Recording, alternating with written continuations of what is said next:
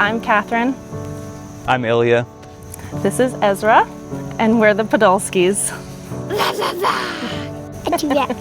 Well, it was 2020, so the world looked a little different. We had just gotten married, bought a house. We were very excited, but also, nervous. We didn't know what we were having the whole time, so it was just, the whole experience was pretty thrilling. Getting ready for Ezra was very exciting. Ilya and my dad painted the nursery, and seeing everything get put together was just a blast. Doing the normal stuff made you kind of forget what was going on outside. So again, picking out the color, getting the crib, having the families coming by from time to time in full nesting mode, that was one of the more normal, exciting things about the process.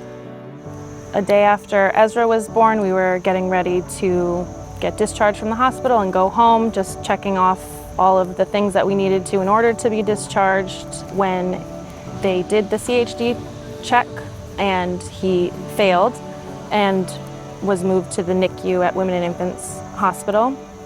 At that point, the cardiologist on that night, she performed an echo on him, noticed something was wrong, and told us we needed to go to Boston Children's Hospital right away. So Ezra doesn't have one specific diagnosis. In general, they would call it heterotaxy. He has a couple of different heart defects. Essentially, parts of his heart were in the wrong place. You know you're going into the hospital for the birth. We never really left the hospital, or at least Not for a while. Not for a while, yeah. So we met a lot of different doctors, a lot of different teams who were performing tests, and day 2 or day 3 of us being there, that they gave us a breakdown of what was going on and what they believed he needed at that point, which was open heart surgery, with the knowledge that he would need another surgery down the line. In the first surgery, he had an interrupted arch that they needed to repair. He had crisscross AV valves that needed to be repaired. They were going to balloon one of his valves. There were several different things that needed to happen in the first surgery, and it was going to be the more major surgery that needed to happen right away.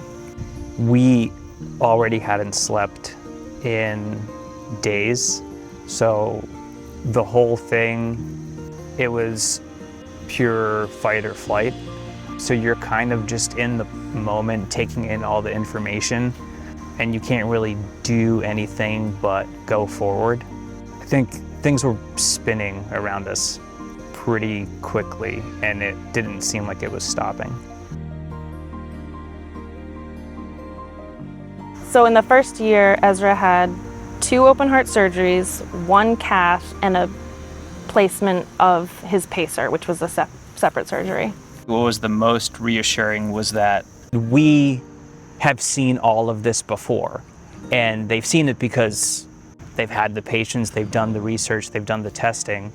That was the first initial relief, that this isn't an unknown case where we're going to be thrown in for a bigger loop than we were. I think at one point you asked Dr. Baird, "Do you know what you're doing?" And he said, "I know what I'm doing," which was reassuring.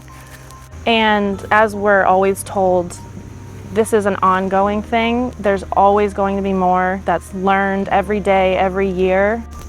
I think that it's important for parents and anybody to support the American Heart Association, because I believe it's 1 in 100 children are born with some kind of heart defect. It's the most common kind of birth defect, and the more we can learn and the more we can put towards research and figuring out methods to help babies and children and families, the better. We are at the complete mercy of all of the work that's been done, because Ezra has benefited, indescribably from all of those things. Thank you, American Heart Association.